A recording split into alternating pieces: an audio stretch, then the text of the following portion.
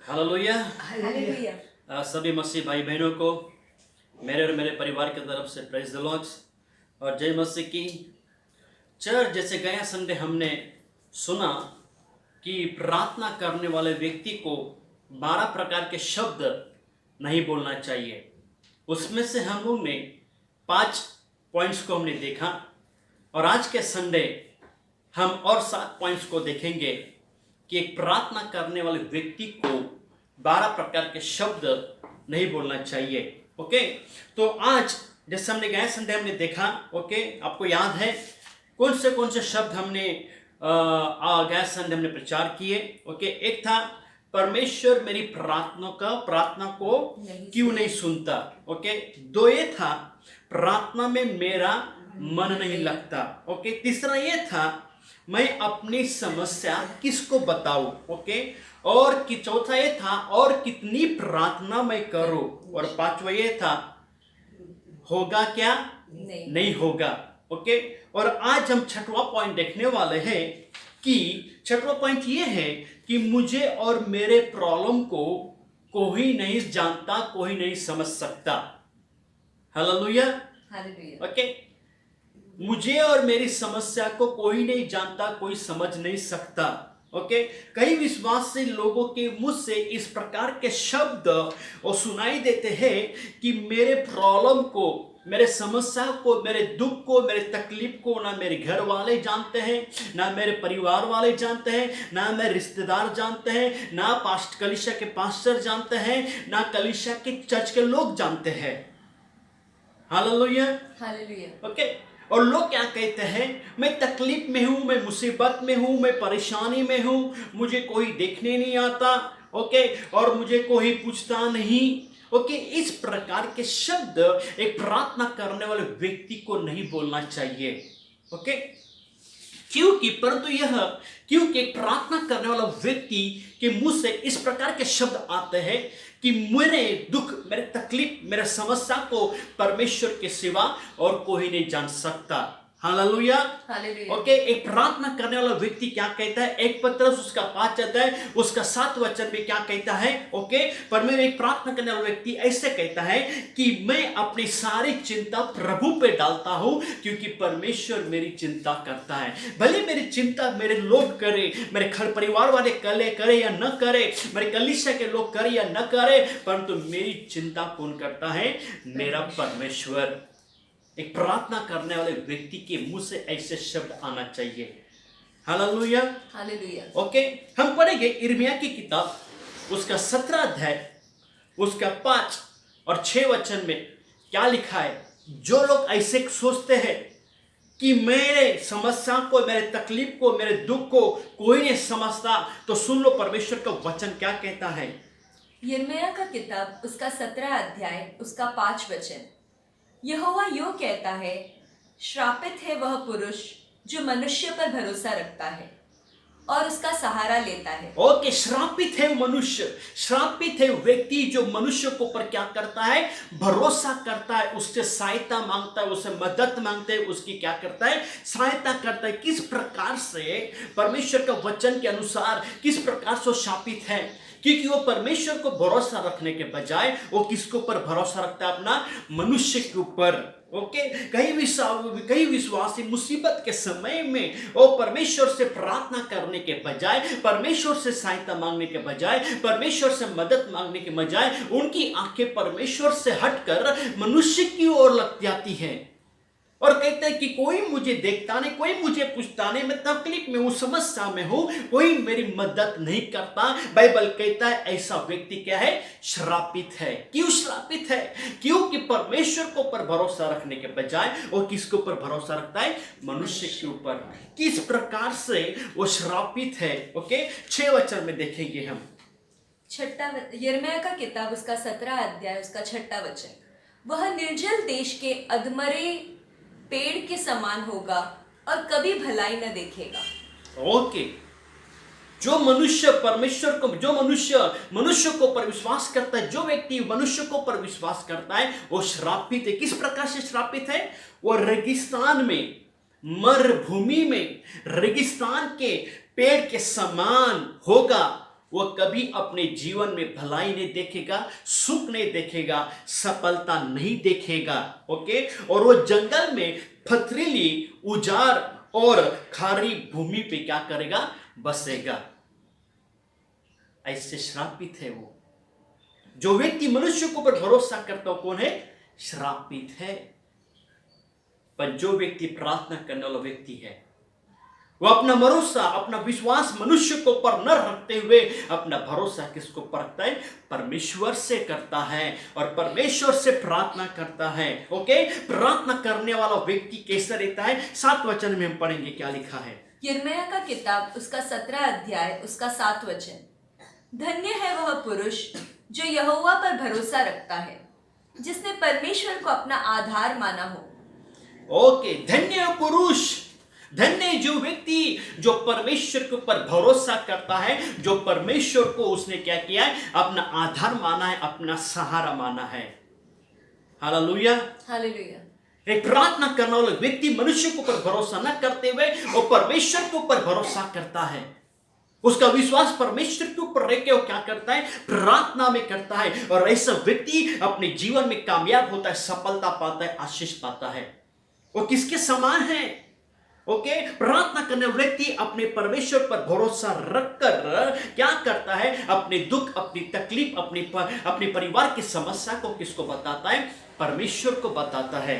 Hallelujah, hallelujah. और प्रार्थना करने वाला व्यक्ति का जीवन कैसा है हम देखेंगे 8 वचन में। यिर्मयाह का किताब उसका 17 अध्याय उसका 8 वचन। वह उस वृक्ष के समान होगा जो नदी के किनारे लगा हो और उसकी जड़ जल के पास फैली हो।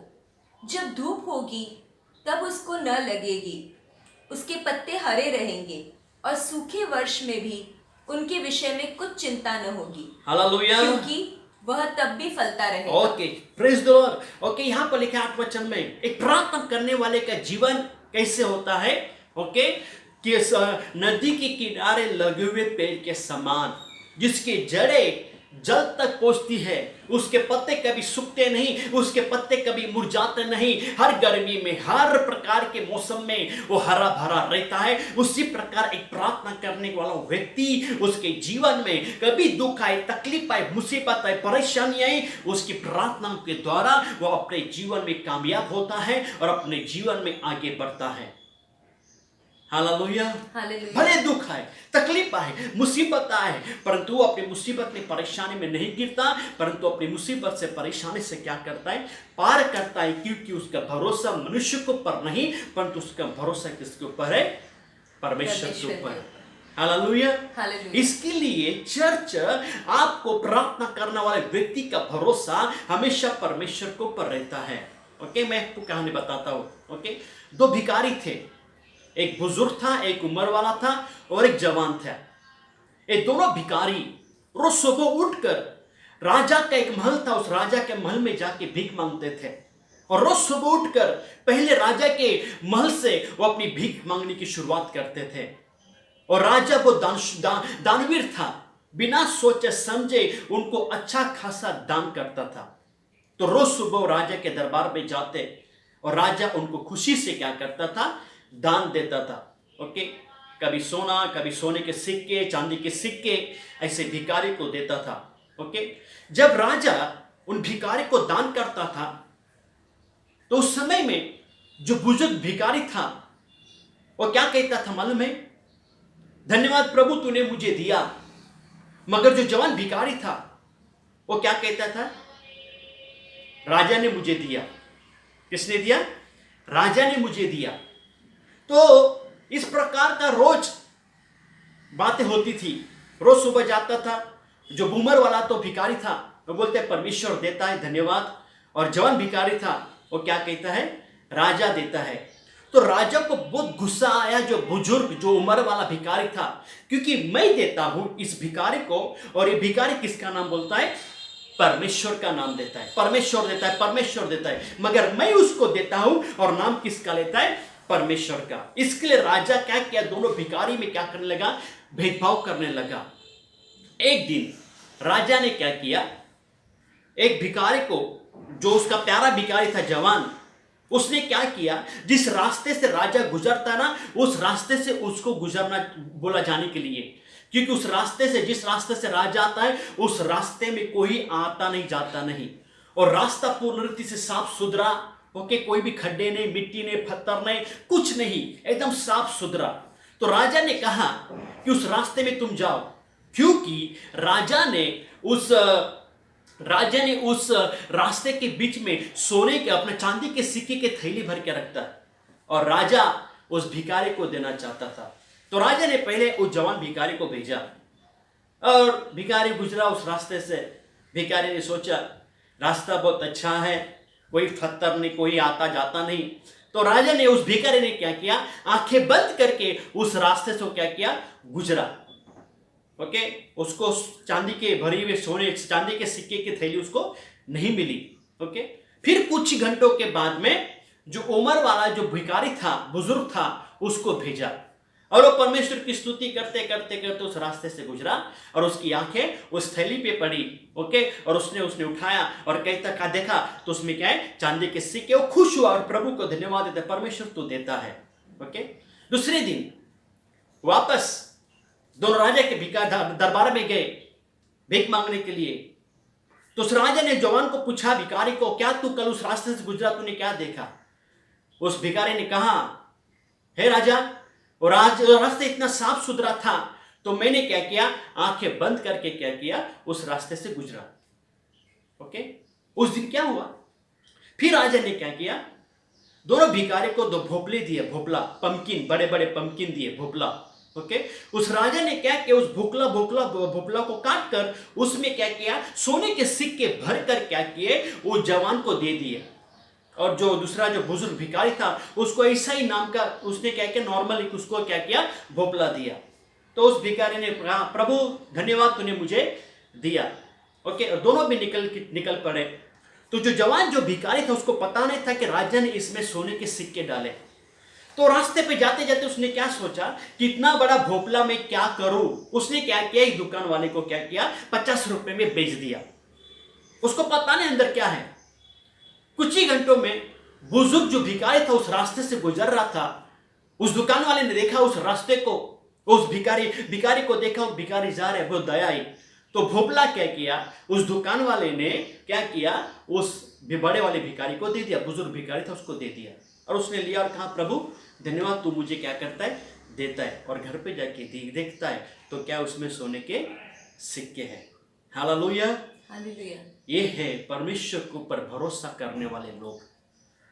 जो मनुष्यों के ऊपर भरोसा करते हो, कभी भी अपने जीवन में तरक्की नहीं करते, परंतु जो परमेश्वर भले मनुष्य दे, पर उस मनुष्य देने के बावजूद भी जो व्यक्ति परमेश्वर के ऊपर भरोसा रख के धन्यवाद देता है, वो अपने जीवन में क्या होता है, कामयाब होता है। इसके लिए को प्रार्थना करने वाला व्यक्ति का भरोसा किसके ऊपर होना चाहिए, परमेश्वर के ऊपर। Hallelujah, hallelujah. ओके, 7वां पॉइंट ये है, क्या परमेश्वर मुझे भूल गया? ओके, जब कोई विश्वासी, 7वां पॉइंट ये है, क्या परमेश्वर मुझे भूल गया? ओके, जब विश्वासी लोग प्रार्थना करते हैं और उनकी प्रार्थना का जवाब नहीं मिलता, ओके, तब विश्वासी लोगों के मन के अंदर अलग अलग प्रकार के सोच आते हैं। ओके, तो उनमें से क्या कहते लोग, क्या कहते हैं, शायद परमेश्वर मुझे भूल गया, परमेश्वर मुझसे नाराज है, परमेश्वर ने मुझे क्या किया, छोड़ दिया। ओके, इस प्रकार के शब्द, इस प्रकार के विचार वो लोगों के अंदर आते हैं। परंतु परमेश्वर कभी, बाइबल ने कहा, परमेश्वर कभी भी अपने लोगों को हाथ आधे में नहीं छोड़ता। परमेश्वर कभी भी अपने लोगों के हाथ को कभी भी वो नहीं छोड़ता, क्योंकि बाइबल में क्या लिखा है, भजन संहिता 147 उसका 3 वचन में, वो दुखी मन वालों को क्या करता है, चंगा करता है। भजन संहिता 147 उसका 3 वचन में लिखा है कि वह दुखी मन वालों को क्या करता है, चंगा करता है, और उनके शोक पर मलम पट्टी करता है। हालेलुया, परमेश्वर कभी किसी को छोड़ता नहीं, भूलता नहीं। ओके, परमेश्वर कभी किसी को भूलता नहीं। ओके, बाइबल में क्या लिखा है, यशायाह 43 हम पढ़ेंगे, यशायाह 43 उसका 2 वचन में क्या लिखा है। यशायाह का 43वां अध्याय उसका 2 वचन, जब तू जल में होकर जाए, मैं तेरे संग संग रहूंगा, और जब तू नदियों में होकर चले तब वे तुझे न डुबा सकेगी। जब तू आग में चले तब तुझे आँच न लगेगी और उसकी लौ तुझे न जला सकेगी। Okay, hallelujah. हालेलुया। परमेश्वर क्या कहता है? जब तू जल में होके चले तब वह मैं तेरे संग संग रहूंगा। ओके, जब तू नदियों में होकर चलेगी तो नदियां तुम्हें डुबा नहीं सकेगी। तू आग में चलेगा तो आग तुझे क्या कर सकती है? जला नहीं सकती, क्योंकि यहोवा परमेश्वर तेरे संग संग है। चर्च, परमेश्वर कभी हमें छोड़ता नहीं। परमेश्वर हमेशा हमारे साथ में रहता है।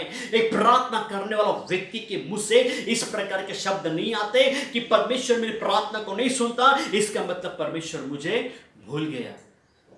परमेश्वर हमेशा अपने बच्चों को स्मरण करता है। परमेश्वर हमेशा अपने बच्चों, उसकी आंखें उसके बच्चों को पर लगी रहती है। वो कभी भी अपने बच्चों को भूलता नहीं। ओके, इसके लिए बाइबल में क्या लिखा है? यशाया उसका 49 14 और 15 वचन में क्या लिखा है? 14, 15, 16 वचन हम पढ़ेंगे। क्या लिखा है? यशाया का 49वां अध्याय उसका 14 वचन। परंतु सियोन ने कहा, यहोवा ने तुझे त्याग दिया है, मेरा प्रभु मुझे भूल गया है। 15 वचन। क्या यह हो सकता है कि कोई माता अपने दूध पीते बच्चे को भूल जाए और अपने जन्माए हुए लड़के पर दया न करे? हाँ, वह तो भूल सकती है, परंतु मैं तुझे नहीं भूल सकता। Okay, hallelujah. यहां पर हमने क्या देखा? विश्वासी लोग कहते हैं कि परमेश्वर के लोग क्या कहते हैं कि प्रभु ने मुझे, परमेश्वर ने मुझे भूल गया, परमेश्वर ने मुझे क्या किया? छोड़ दिया। परमेश्वर ने मुझे छोड़ दिया, परमेश्वर मुझे क्या किया? भूल गया। और 15 वचन हमने क्या पढ़ा? क्या यह हो सकता है कि एक माँ अपने बच्चों को 9 महीना रखकर उसको पाल संभालती है, पेट में उसको जन्म देती है, उसको दूध पिलाती है, क्या वो माँ अपने बच्चे को भूल सकती है, छोड़ सकती है? परमेश्वर कह सकता है ऐसी माँ बच्चों को भूल सकती, छोड़ सकती है, मगर मैं तुमको कभी भूलूंगा नहीं, मैं तुमको कभी छोड़ूंगा नहीं। Hallelujah. Hallelujah.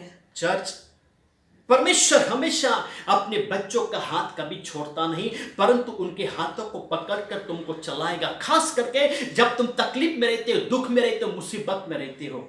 Hallelujah. Hallelujah. Church, जितनी आप आपके बारे में खुद जितना आप चिंता नहीं करते, उससे भी बढ़कर परमेश्वर आपकी चिंता करता है।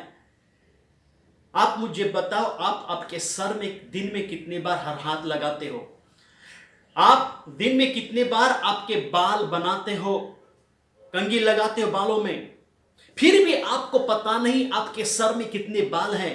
परंतु बाइबल में मत्ती उसका 10 अध्याय उसका 30 वचन में क्या लिखा है? परमेश्वर कहते हैं कि तुम्हारे सर के बाल भी क्या है?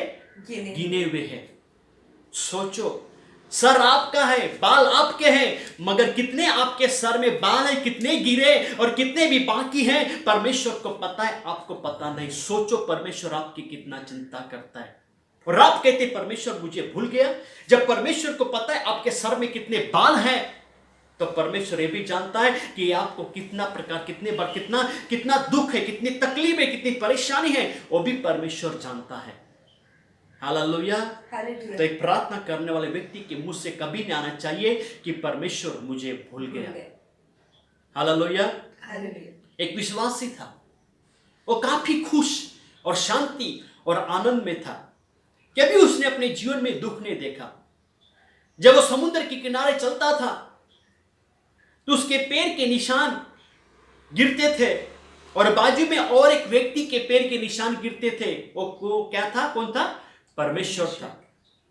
तो जब देखता है ओ परमेश्वर मेरे साथ में चलता है तो बहुत खुश होता है, बहुत आनंद की प्रभु तो मेरे साथ में है, आज तो मेरे साथ में है, इसके लिए मुझे कोई दुख नहीं, कोई तकलीफ नहीं, कोई परेशानी नहीं, क्योंकि परमेश्वर उसके साथ में चलता था। जैसे जहां जहां जाता था, जैसे उसके पैर के निशान गिरते थे रेत के ऊपर, वैसे परमेश्वर के पैर के भी निशान उस रेत के ऊपर गिरते थे। पर एक दिन ऐसा हुआ, वो मनुष्य के जीवन में कुछ दुख आया, कुछ तकलीफ आया, निराश हो गया। और उस दिन जब वो रेत के ऊपर चल रहा था, समुद्र के किनारे चल रहा था, उस दिन उसके बाजू में परमेश्वर के पैर के निशान नहीं दिखाई दिए। तो उस व्यक्ति ने क्या सोचा कि प्रभु जब मैं खुशी में था, शांति में था, आनंद में था, जब तू मेरे साथ में चलता था, परंतु आज मैं दुख में हूं, तकलीफ में हूं, तूने मुझे छोड़ दिया। हे प्रभु तू मुझे भूल गया। तब परमेश्वर ने कहा, मेरे बेटे, जब तू उस खुशी में, शांति में, आनंद में था, तब मैं तेरे साथ में साथ चलता था, परंतु आज में तू दुख में है, आज तू निराशा में है, आज तू उदास है, इसके लिए मैं तुझे अपने गोद में उठा के लेके चलता हूं। जो पैर के निशान हैं वो तेरे नहीं है, वो किसके हैं? मेरे हैं। हालेलुया। इसके लिए बाइबल में लिखा है कि मुर्गी अपने बच्चों को पंख तले ढकती है, वैसे परमेश्वर हमें ढकता है। कोई दुख तेरे डेरे के निकट नहीं आएगा, ऐसे परमेश्वर का वचन कहता है, क्योंकि परमेश्वर का वचन कहता है, मैं तुमको कभी छोड़ूंगा नहीं और मैं कभी तुमको त्यागूंगा नहीं। हालेलुया। इसके लिए एक प्रार्थना करने वाले व्यक्ति के मुंह से ये शब्द नहीं आना चाहिए कि परमेश्वर मुझे भूल गया। ओके, आठवां पॉइंट ये है कि मुझ में कोई कमी तो नहीं है, मेरी प्रार्थना में कोई कमी तो नहीं है। जब परमेश्वर के लोग प्रार्थना करते हैं, उपवास करते हैं, उपवास करके प्रार्थना करते, रो रो के प्रार्थना करते हैं, विश्वास के साथ प्रार्थना करते हैं, परंतु जब उनकी प्रार्थना को सुनाए परमेश्वर नहीं सुनता, तो उनको लगता है कि मेरी प्रार्थना में कुछ कमी है, या मैंने कोई पाप किया है, या मेरे अंदर कोई दुष्टता है, मैं पापी मनुष्य हूं, इसके लिए परमेश्वर मेरी प्रार्थना को नहीं सुनता। इस प्रकार के विचार आते हैं। मगर कभी भी प्रार्थना करने वाले व्यक्ति के मुंह से ऐसे नहीं आना चाहिए कि मेरे अंदर कोई कमी है। इसके लिए हम पढ़ेंगे अय्यूब की किताब, उसका पहला अध्याय, पहला वचन क्या कहता है। जरा ध्यान से सुनना इन वचनों को कि परमेश्वर आज अय्यूब के जीवन के द्वारा हमें क्या सिखाना चाहता है। अय्यूब उसका पहला अध्याय, उसका पहला वचन पढ़ेंगे पहले। अय्यूब का किताब, उसका पहला अध्याय, उसका पहला वचन। उस देश में अय्यूब नामक एक पुरुष था। वह खरा और सीधा था और परमेश्वर का भय मानता और बुराई से दूर रहता था।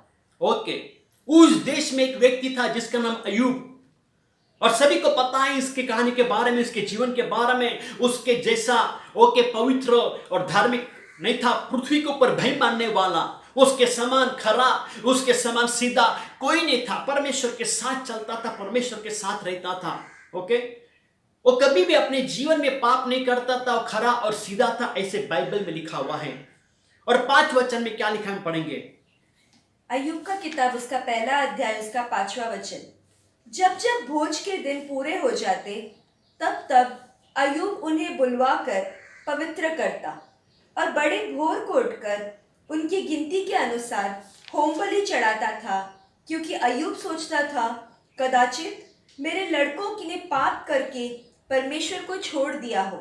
इस रीति अय्यूब सदैव किया करता था। ओके, और 5 वचन में लिखा है, अय्यूब के बच्चे बारी बारी में क्या करते थे, एक दूसरे के घर में खाना पीना करते थे।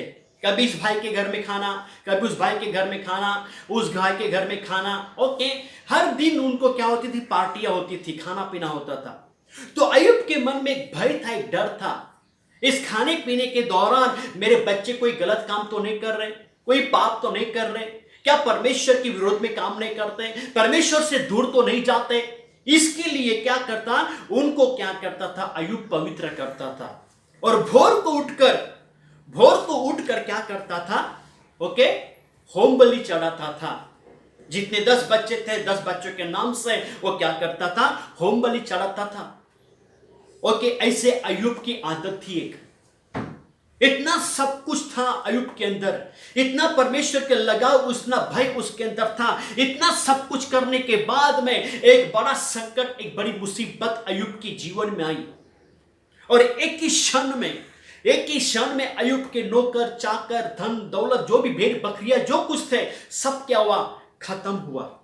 चर्च, ऐसा व्यक्ति जो उसने अपने जीवन में कभी पाप नहीं किया, जो परमेश्वर से डरता था, बुराइयों से दूर रहता था, इस व्यक्ति के जीवन में इतना बड़ा संकट आया तो व्यक्ति के मुंह से क्या शब्द निकलेगा कि प्रभु मेरे अंदर क्या कमी थी, जो मैंने इतना सारा सब कुछ, मेरा सब कुछ चला गया, मेरे अंदर क्या कमी थी? मुझे बताओ चर्च, मैंने कौन सा अपराध किया, मैंने कौन सा गुनाह किया, कौन सा पाप करने की वजह से मेरा यह जीवन ऐसे हो गया? चर्च मुझे बताओ। परंतु चर्च, अय्यूब के मुंह से क्या निकला? परमेश्वर ने दिया था, परमेश्वर ने ले लिया। परमेश्वर ने दिया था, परमेश्वर ने ले लिया। परमेश्वर के नाम का क्या हो? धन्य हो। एक प्रार्थना करने वाला व्यक्ति कभी भी अपने परमेश्वर को दोष नहीं देता। वो ये नहीं कहता कि मेरे अंदर कमी थी, उसकी वजह से सब कुछ चला गया। पर प्रार्थना करने वाले व्यक्ति के मुंह से एक ही निकला कि परमेश्वर ने दिया था, परमेश्वर ने ले लिया। अब जो कि जितना गया है, परमेश्वर मुझे उससे दुगना देगा। Hallelujah, hallelujah. चर्च पर प्रार्थना करने वाला व्यक्ति कभी भी गलत सोचता नहीं। यही सोचता है कि जो कुछ मेरे प्रार्थना के द्वारा मुझे मिला था, जो कुछ परमेश्वर ने मुझसे आशीष किया था, सब कुछ चला गया। वो ये सोचता है कि जुना हो गया था इसके लिए चला गया, वो परमेश्वर को नहीं चाहिए था इसके लिए वो चला गया। अब जो परमेश्वर मुझे देगा वो उससे भी बढ़कर देगा और दुगना देगा। हालेलुया। ऐसे सोच, ऐसे विचार एक प्रार्थना करने वाले व्यक्ति के अंदर होना चाहिए। बाइबल में लिखा है कि इतना सब कुछ करने के बाद में अय्यूब ने ना परमेश्वर को ऊपर दोष नहीं दिया। जो प्रार्थना करने वाला व्यक्ति होता है वो कभी भी अपने ऊपर या परमेश्वर को ऊपर दोष नहीं देता, क्योंकि उसको पता है परमेश्वर जो प्रार्थना जो हम करते हैं वो कभी व्यर्थ नहीं जाती। हालेलुया। इसके लिए चर्च, कभी मत सोचो कि मेरी प्रार्थना में कमी है।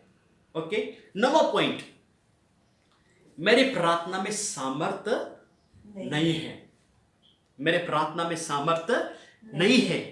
कई विश्वासी भाई बहनों को मुझ से इस प्रकार शब्द सुनते हैं, ये सुनाई देता है कि पास्टर जी मैं प्रार्थना करता हूं ना तो मुझे कुछ महसूस नहीं होता।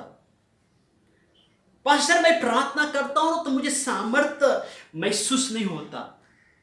ओके, आज कई प्रकार के विश्वासी लोगों के मुंह से इस प्रकार के शब्द आते हैं।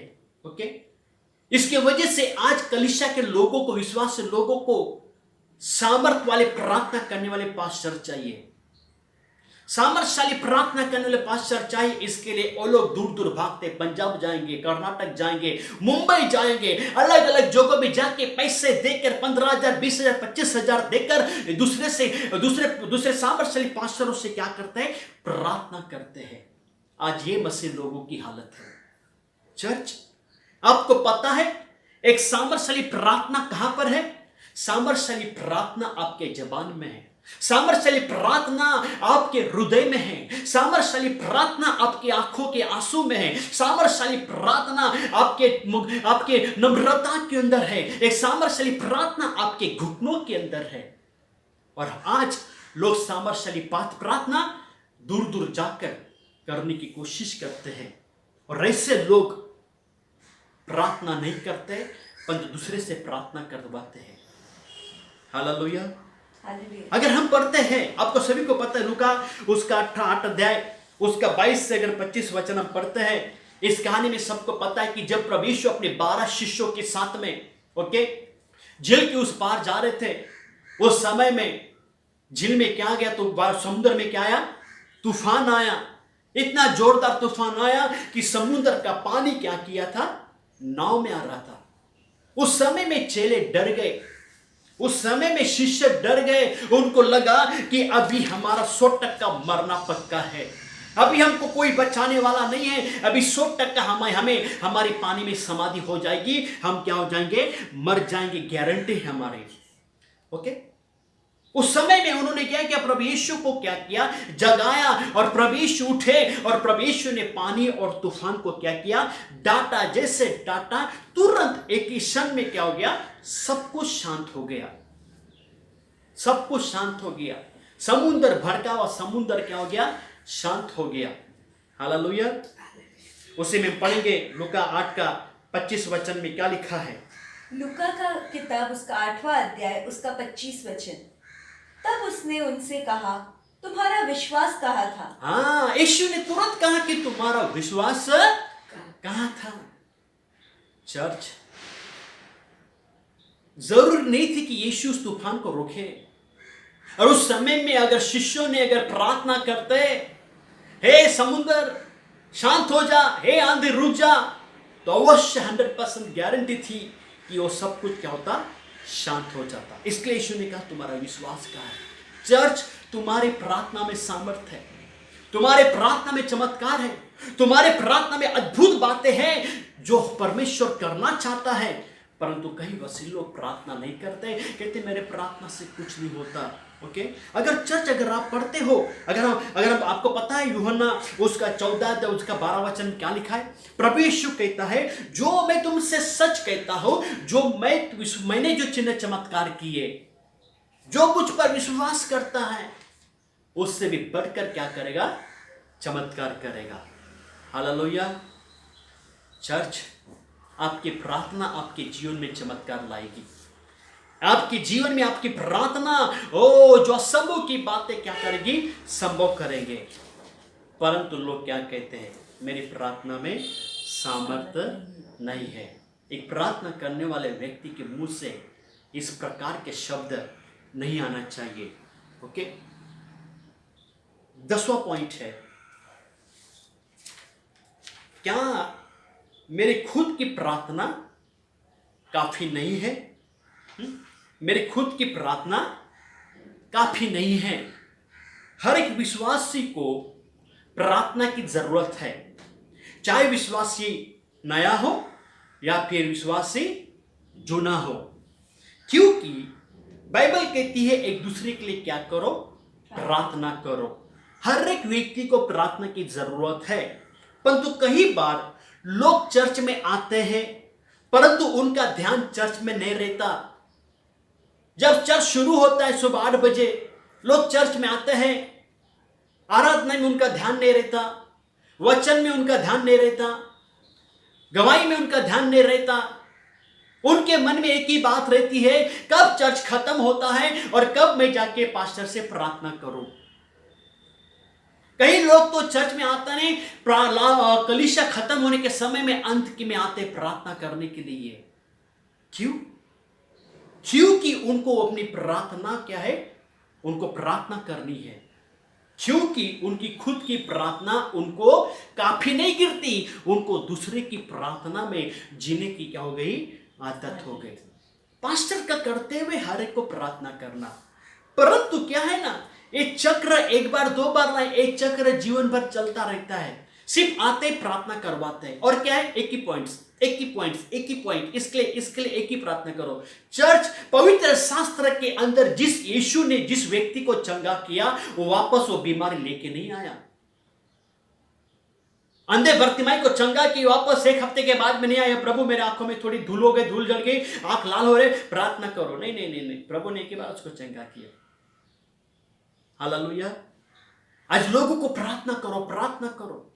उतना भी नहीं, जब चर्च खत्म होने के बाद में पास्टर से प्रार्थना करवाते हैं, फिर उसी समय में पास्टर से प्रार्थना करवाने के बाद में क्या करते हैं? लीडर्स के पास जाके प्रार्थना करेंगे, उसके बाद में दूसरे से क्या करते हैं? प्रार्थना करवाते हैं। आज ऐसे लोगों की क्या हो गई? हालत हो गई। मगर चर्च, एक प्रार्थना करने वाला व्यक्ति का विश्वास कैसे होता है? हम पढ़ेंगे मरकुस उसका 11 अध्याय उसका 24 वचन में। मरकुस का किताब उसका 11 अध्याय उसका 24 वचन।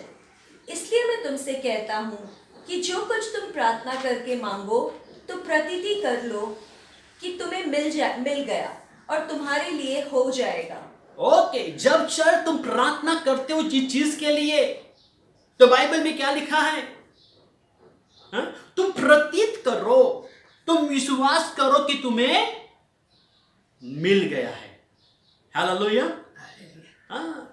विश्वास करो तुम्हें क्या किया है? मिल गया। यह प्रार्थना करने वाले व्यक्ति का विश्वास। वो हजारों के पास जाके प्रार्थना नहीं करवाता। अब किसी से भी प्रार्थना करो, अब खुद प्रार्थना करो। मैंने बोलता कि पास्टर से प्रार्थना मत कराओ। हम तैयार हैं आप लोग के लिए प्रार्थना करो, पर जब हम आपके लिए प्रार्थना करते, प्रभु के दास आपके लिए प्रार्थना करते, कलीसिया के अगुआ आपके लिए प्रार्थना करते, या कोई भी विश्वासी आपके लिए प्रार्थना करता है, तो आपको क्या करना है? उसके ऊपर विश्वास करना है कि जो कुछ मैंने मांगा, विश्वास करो, प्रतीत करो कि मुझे मिल गया है। हालेलुया।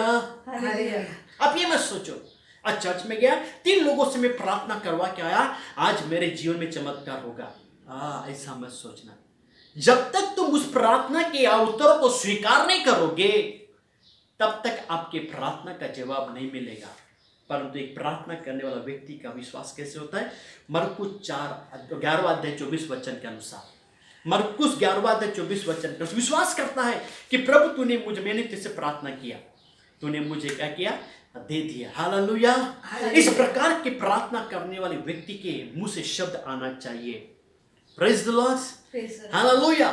ओके, 11वां पॉइंट ये है, मेरी भाषा काफी नहीं है कि जिस भाषाओं में मैं प्रार्थना करता हूं क्या वो प्रार्थना परमेश्वर सुनता है?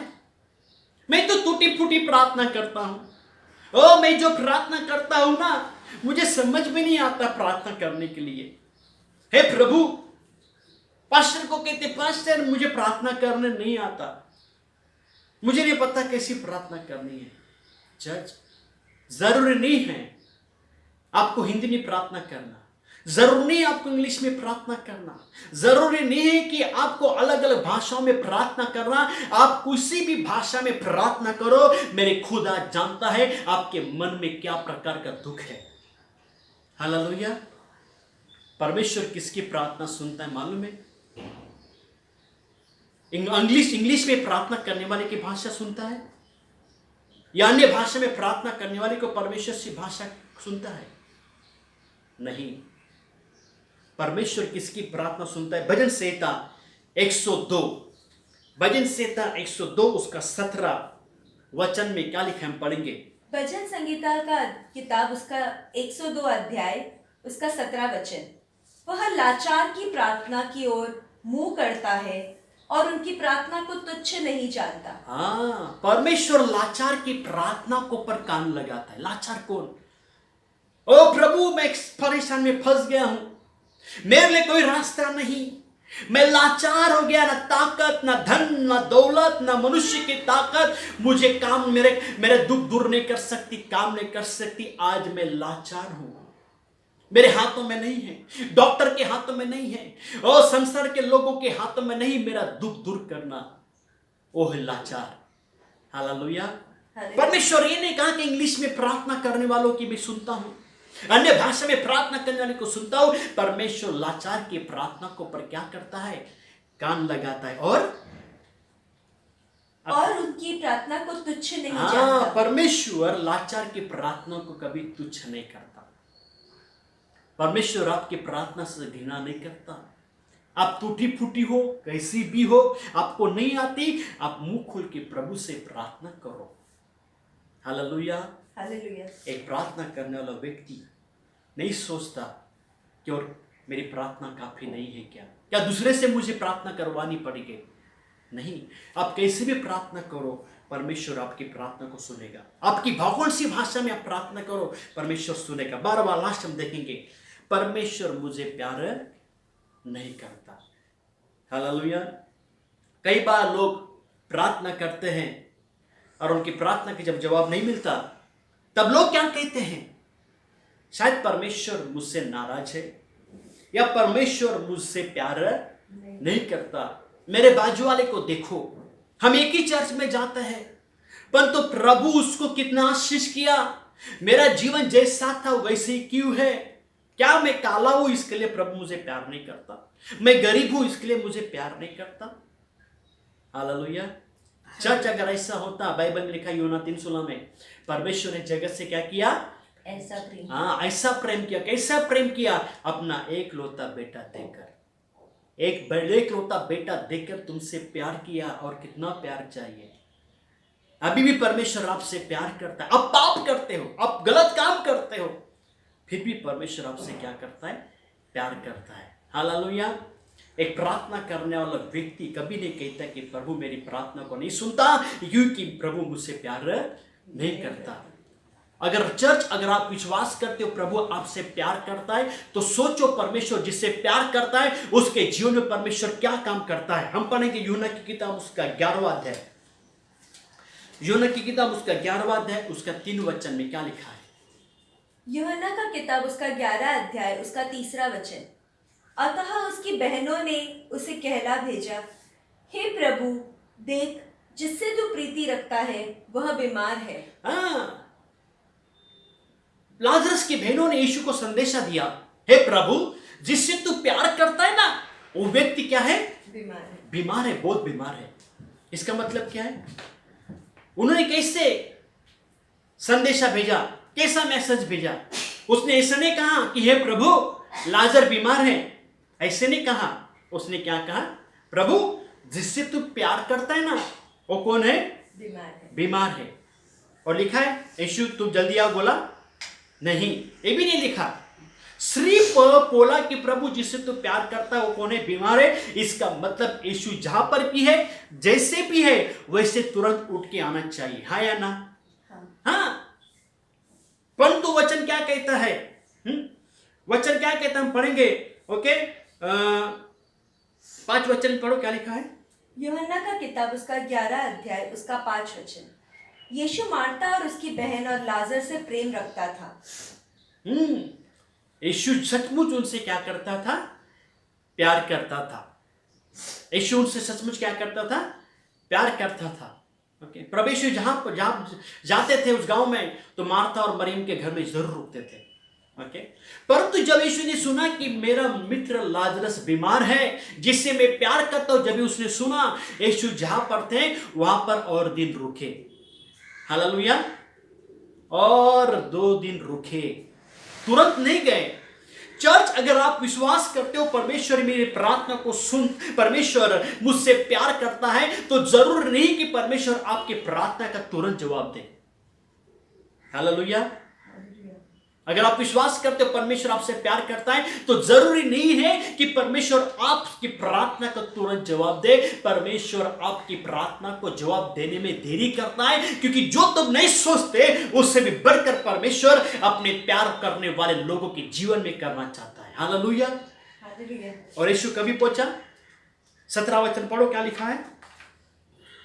यूहन्ना का किताब उसका 11 अध्याय उसका 17 वचन।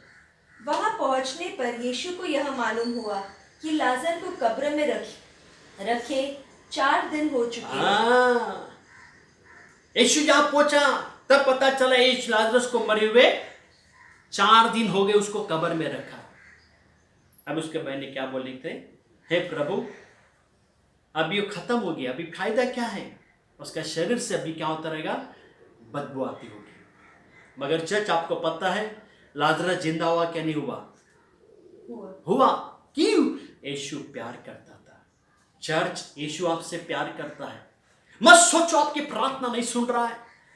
परमेश्वर पहले अपने लोगों की प्रार्थना सुनता है जो उससे प्यार करते हैं। परमेश्वर अपने लोगों से प्यार करता है। अगर आपकी प्रार्थना में देरी होती है, इसका मतलब परमेश्वर देरी करता है। इसके लिए इसका मतलब यह है परमेश्वर तुम्हारे लिए स्पेशल ब्लेसिंग, स्पेशल आशीष परमेश्वर तुम्हारा रखी हुई है। हालेलुया। जहां पे तुम चंगाई देखना चाहते हो, परमेश्वर तुम्हारे जीवन में चमत्कार करना चाहता है। जहां तुम एक काम देखना चाहते हो, परमेश्वर तुम्हारे जीवन में 10 काम करेगा। हालेलुया। मगर ये नहीं करना है, परमेश्वर मुझे प्यार नहीं करता। चर्च, ऐसे 12 पॉइंट्स हैं जो प्रार्थना करने वाले व्यक्ति को नहीं कहना चाहिए। ऐसा व्यक्ति जो 12 पॉइंट कहता है, वो कभी भी अपनी प्रार्थनाओं के द्वारा अपने जीवन में सफल नहीं होगा। अगर आप सफल करना चाहते हो, सफलता देखना चाहते हो, ये 12 शब्द भूल जाए और प्रार्थना करते रहना। आपका काम है प्रार्थना करना, मेरे खुदा का काम है आपके जीवन में चमत्कार करना। क्योंकि प्रार्थना आपके जीवन में अद्भुत काम करेगी। आपका प्रार्थना स्वर्ग को हिला सकती है। आपकी प्रार्थना आपके परिवार को बदली कर सकती है। आपकी प्रार्थना आपके जीवन में चमत्कार कर सकती है। आपकी प्रार्थना हमारे भारत देश को बदल सकती है। हालेलुया। हालेलुया। क्योंकि प्रार्थना में सामर्थ्य है। इसके लिए चर्च, इन वचनों को स्मरण करें, इन वचनों को ध्यान करें और अपनी प्रार्थना को और मजबूत करिए और अपनी प्रार्थना को ऊपर और मनन करिए और अपनी राज्य में आगे बढ़िए, परमेश्वर के राज्य में आगे बढ़िए। आइए शक्ल में आंखें बंद करें और हम प्रार्थना करें। प्रभु यीशु आपके नाम से हम प्रार्थना करते हैं। जैसे हम कंटिन्यू प्रभु से लगातार 2 संडे से प्रभु हम सुनते आ रहे हैं, एक प्रार्थना करने वाले व्यक्ति को 12 शब्द नहीं बोलना चाहिए।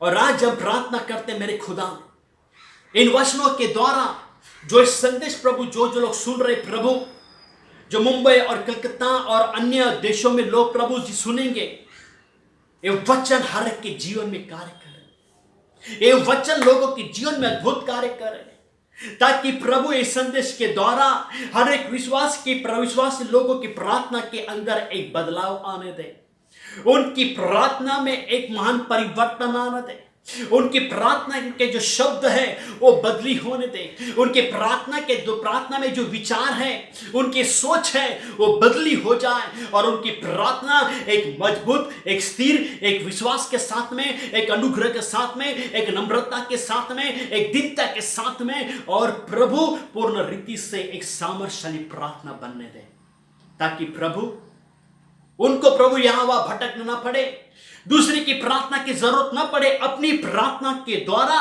वो अपने जीवन में आगे बढ़े। प्रभु यीशु आपके सामर्थ्यशाली नाम से हम यही दुआ करते हैं कि प्रभु तेरे कार्य हर एक विश्वासी भाई बहनों के जीवन में हम देखना चाहते हैं। आपके नाम को हम धन्यवाद देते हैं, आपके नाम की स्तुति और महिमा करते यीशु राजा। धन्यवाद देते इस संदेश के द्वारा हर एक के आत्मिक जीवन में प्रार्थना में एक महान गवाही होने दे। सारा गौरव आदर महिमा स्तुति प्रशंसा हम आपको देते हैं, सारी महिमा आप ही को मिले। सारी प्रार्थना यीशु नाजरी के नाम से मांगते हैं, आमीन। आमीन। और परमेश्वर लोग कहे आमीन। परमेश्वर लोग कहे आमीन। God bless you. प्रभु आपको आशीष करे।